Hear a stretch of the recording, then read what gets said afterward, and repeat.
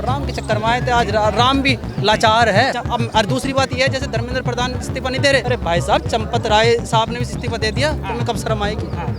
का एक video viral हो रहा, क्या हो गया? यहाँ पे आजकल क्या है, चिंटू लोग आ रहे हैं। चिंटू हमने देखा वो एक महिला पे चढ़ जा रहे थे, बच्चों पे चढ़ जा रहे थे। अब क्रांतिकारी खून है। हम दिल्ली की संस्कृति से थोड़े अलग है। यहाँ पे भी सर फाड़ दिया एक आदमी। अरे फाड़ा था ना, अगर हम होते सर तो शायद फटता नहीं, किसी की पसली टूट जाती, क्योंकि उन्हें आदत पड़ गई है।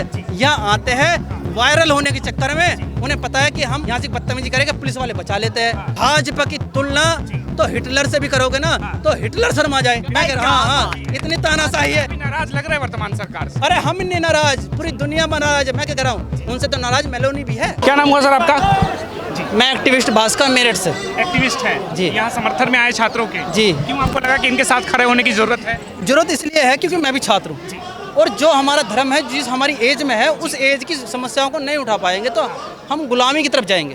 लेकिन ये काम तो सरकार का है ना कि सरकार का क्या है, धरना देना? छात्रों के हित में सोचे। अरे सरकार सोच कहाँ रही है? सरकार तो वो काम नहीं कर पा रही जो उसे करने चाहिए थी। जिस काम पे वो सरकार में बैठी है वो काम नहीं कर पा रही। तो राम के चक्कर में आए थे। आज राम भी लाचार है, समझ रहे हो? लाचार है। एक लाइन बोली थी कि जो राम को लाए है, अब मैं कह रहा हूँ जो राम को लाए है वही चोर को लाए है। अब और दूसरी बात यह है, जैसे धर्मेंद्र प्रधान इस्तीफा नहीं दे रहे, अरे भाई साहब चंपत राय साहब ने भी इस्तीफा दे दिया, तुम्हें कब शर्म आएगी? तो ये चीज़ सोचना पड़ेगा। वहाँ अभी मानवता है, समझ रहे हो, लेकिन नैतिकता मानवता धर्मेंद्र प्रधान बिल्कुल खो चुका है। चंपत राय से सीख लेनी चाहिए कि भाजपा की ईगो पे आ गई, कैसे इस्तीफा देगी? अरे इसके बाद तो आप और भी मंत्रियों का इस्तीफा मांगने लगे। ईगो का तो ऐसा है, जब क्रांतिकारी खून, देखो हम मेरठ से आते हैं, हम क्रांतिकारी खून से लथपथ रहते हैं। ईगो तो अंग्रेजों का नहीं चला, अंग्रेजों को भी वहम था कि हम इस देश पे गुलाम बनाए रखेंगे। लेकिन जब आंदोलन होता है, इंकलाब आता है, तो मंदिर मस्जिद गुरुद्वारा देश के हर कोने से इंकलाब आता है। इन्हें तो छोड़ो, अगर ये स्थिति ऐसी बिगड़ती रही तो प्रधानमंत्री मोदी जी को भी इस्तीफा देना पड़ जाएगा। और दूसरी चीज, आप ईगो कह रहे हो, ईगो नहीं है यहाँ पे। अगर धर्मेंद्र प्रधान का इस्तीफा हुआ, याद रखना, लिख लेना, अगर धर्मेंद्र प्रधान का इस्तीफा हुआ तो उसके बाद नितिन गडकरी का इस्तीफा होगा, उसके बाद दूसरे मंत्री का, तमाम मंत्रियों का इस्तीफा होगा। वो क्यों होगा? ये एक दूसरे की पोल खोलेंगे और आने वाले भविष्य में प्रधानमंत्री फिर पद से भी हट जाएंगे। असर लग रहा है अभी यूपी में चुनाव होने वाले, आप उत्तर प्रदेश से आते हैं, उस प्रदेश में भी पड़ेगा चुनाव पे असर? असर नहीं, वो तो असर है, बरकरार है। यूपी वालों ने तो मन बना लिया कि चुनाव आज करा ले, कल करा ले, परसों करा ले, कितना लेट करा ले, आपको जाना पड़ेगा। ये है। नाराज है उत्तर प्रदेश के युवा, अरे युवा छोड़ो, बताओ कौन सा तबका नहीं है? महिला, लड़की, किसान, युवा, बुजुर्ग, हर तबका, हर वर्ग, हर जाति, हर धर्म इनसे परेशान है। योगी जी तो कहते हैं उत्तर प्रदेश हो गया, उत्तर प्रदेश हो गया। बस बोलने में वो वाली बात है ना। एक बंदर वाली कहानी थी पश्चिम उत्तर प्रदेश में, उछल कूद में कमी नहीं, रिजल्ट है नहीं, तो उछल कूद में कमी नहीं है। ये सरकार के लिए कह रहे हैं, ये पश्चिमी उत्तर प्रदेश की कहावत है। और तो ये बोलते ज़्यादा है। ये कहते हैं कि मंदिर का, हाँ, मंदिर का पहरा है, मंदिर का पहरा दिया था इन्होंने इतनी मजबूती से। ये कहते हैं चौकीदार है हम, ये चौकीदारी भी नहीं कर पा रहे। ये किसी हर काम में विफल है और ऐसे ही चलता है। का एक वीडियो वायरल हो रहा था, क्या हो गया था वहाँ? अरे अभी मैं बता दूं, यहाँ पे आजकल क्या है, कुछ चिंटू लोग आ रहे हैं। चिंटू, उन्हें क्या चस्का लगा है? अनपढ़ लोग हैं, उन्हें रोजगार है नहीं। बीजेपी के चिंटू है, वे रोजगार है नहीं। वे चाहते हैं कि इस एरिया में आए, हमारे साथ हम बदतमीजी करेंगे, प्रोटेस्ट को भड़काने के लिए। हाँ, वे माहौल को कमजोर करना, हाँ, आंदोलन को कमजोर करेंगे। पिटेगे वे है नहीं, क्योंकि पुलिसकर्मी है, वे भड़काना चाहते हैं। उस रील में देखना राहुल भाई और मैं थे, हमने देखा वो एक महिला पे चढ़ जा रहे थे, बच्चों पे चढ़ जा रहे थे। अब क्रांतिकारी खून है। हम दिल्ली की संस्कृति से थोड़े अलग है। जब मेरठ में देखते हैं हम, मेरठ में ऐसे चिंटू आएंगे नहीं, अगर आएंगे तो पसलियाँ नहीं बचेगी उनकी। अगर किसी ऐसे आंदोलन होते हैं या धरना होता है अलग विचारधारा का, या जो उनसे असहमत है, ये पुलिस का काम होता है, ये सरकार का काम होता है, शासन का काम होता है कि उनकी बात अगर गलत है तो उन्हें थाने में उन पर रिपोर्ट दर्ज करना। ये तुम्हारे चिंटू का काम नहीं है। कह रहे थे कि हम हिंदुस्तान को नेपाल नहीं बनने देंगे, ये लोग आगे हाँ, नेपाल बन भी नहीं पाएगा। क्यों? अभी क्रांतिकारी खून है। और दूसरा, अगर नेपाल बनेगा भी, ये अमित शाह पे उंगली उठा रहे हैं। मैं क्या कह रहा था, ये एक दूसरे का इस्तीफा मांगेंगे, ये अमित शाह पे उंगली उठा रहे हैं। इसका मतलब उसकी पुलिस कमजोर है कि नेपाल बनवा देगी इसको, यानी कि उनकी आय भी कमजोर है, उनकी तमाम संस्थाएं कमजोर है।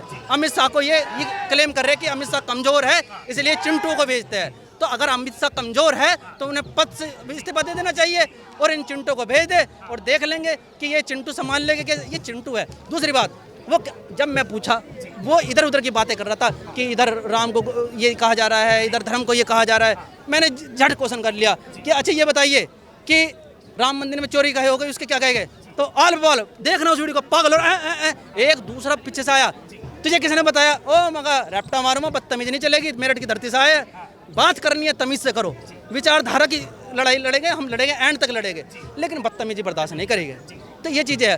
वो बिल्कुल दो लड़के आए हुए, ऊँट से, ऊँट ही है, अनपढ़ व्यक्ति, मैंने उसके बारे में रिसर्च भी कर ली, अनपढ़ व्यक्ति ऊँट और बच्चों पे चढ़ जा रहे थे। हम ये कह रहे हैं अगर हम होते, यहाँ पे भी सर फाड़ दिया एक आदमी का। अरे फाड़ा था ना, अगर हम होते, मेरठ से होते, अगर हम होते ना, तो हम बता रहे हैं कि सर तो शायद फटता नहीं, किसी की पसली टूट जाती, क्योंकि उन्हें आदत पड़ गई है। यहाँ आते हैं वायरल होने के चक्कर में, उन्हें पता है कि हम यहाँ से बदतमीजी करेंगे, पुलिस वाले बचा लेते हैं। तो हम ये कहते हैं कि पहला काम तो पुलिस वालों का है। अगर पुलिस वालों से बच गए तो मेरठ वालों से तो बच नहीं पाएंगे, पसली तोड़वाएंगे।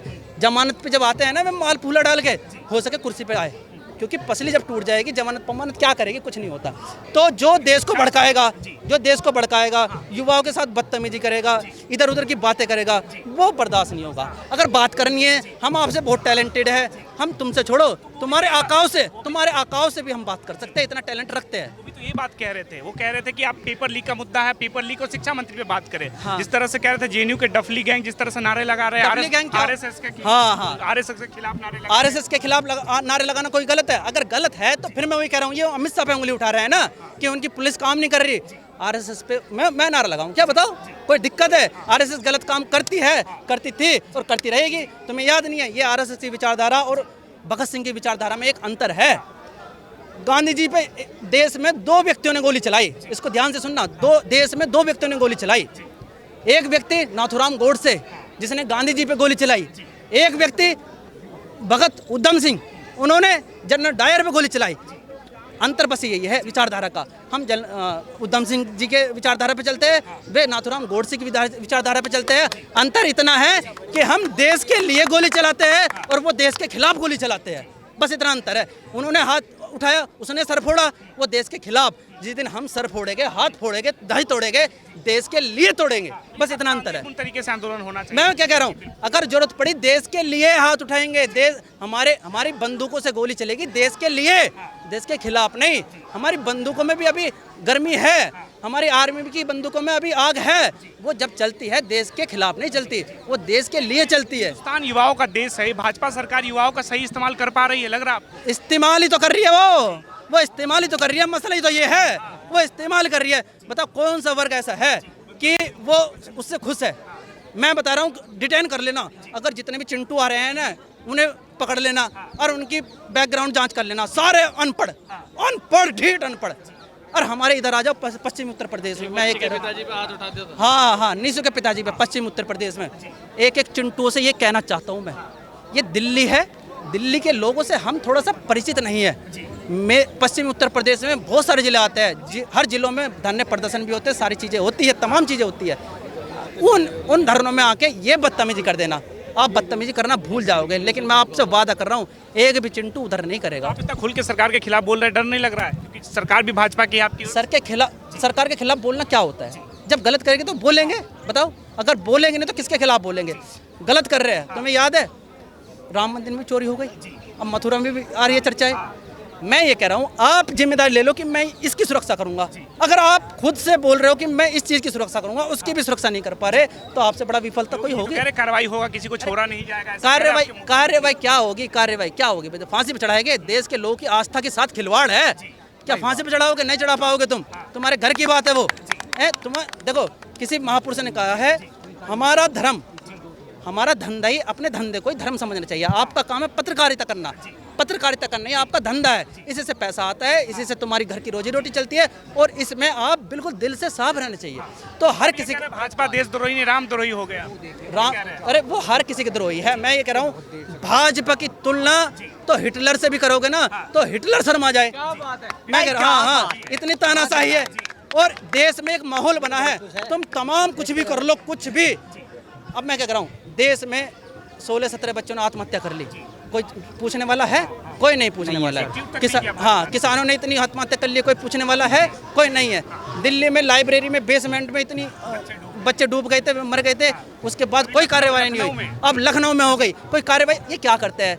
जब कोई हादसा हो जाता है लिस्ट बना लेते हैं और घर में बैठ जाते हैं। माहौल आप जैसे पत्रकारों को मुआवजा मिल जाएगा उनको। मुआवजा क्या होता है? मुआवजा, अगर मुआवजे की बात है, एक अद्धे चिंटू को जब मर जाएगा ना, एक अद्धे चिंटू, हाल तो मरना नहीं चाहिए, वो भी किसी का बेटा है, हम भगत सिंह के मानने वाले हैं, मुआवजा हम दे देंगे, हमें बता देना एक अद्धे चिंटू को।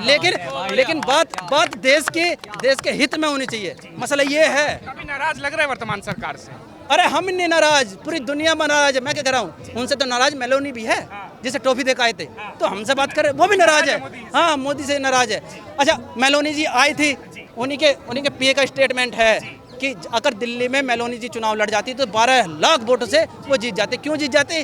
उन्होंने बताया ये बात कहने का दायित्व क्या है तुम्हारा। उन्होंने कहा कि जब हम दिल्ली में गए तो हमने बैनर पोस्टर इतने देखे, इतने तो मोदी के भी नहीं थे। तो मैं ये कह रहा हूँ, अब मेलोनी हमारे प्रधानमंत्री के खिलाफ चुनाव लड़ेगी, जिसे ये टोपी देकर आए थे।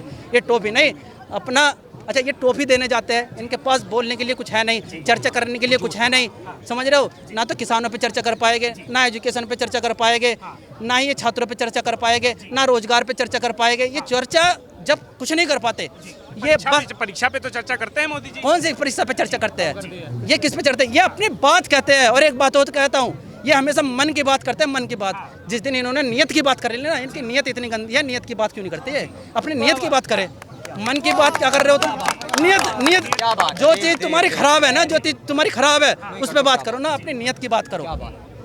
विदेश जाते हैं, अरे हमें शर्म आती है। एक वीडियो वायरल हुई थी कि अमेरिका क्या कहता था, क्या है तुम? और मैं ये कहता हूँ, अमेरिका देश को कुछ कहना है, मोदी को कहता है अरे क्या है भाई, कुछ नहीं है। उनके सामने बैठ रहे हैं, पर्ची लेके बात कर रहे हैं। अच्छा, इनकी टीम, मोदी की जो इर्द गिर्द टीम रहती है, वो क्या काम करती है? रील बनाती है, बस रील।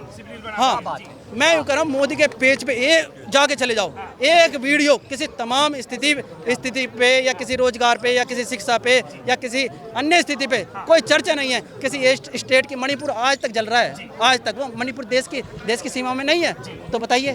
तो इन पे काम करने के लिए कुछ है नहीं, उछल कूद पूरी है। मसला ये है, ये देश को बर्बाद करने की स्थिति पे है। हाँ, भाजपा सरकार, ये स्थिति आ गई आज, लेकिन स्थिति ये देश का युवा आने देगा।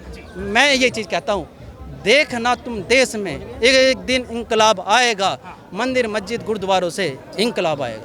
क्या बात है। और एक चीज़, धर्म की बात मैंने एक कहावत सुनी थी पश्चिम उत्तर प्रदेश में, अनपढ़ जाट पढ़ा लिखा बराबर, पढ़ा लिखा जाट भगवान बराबर।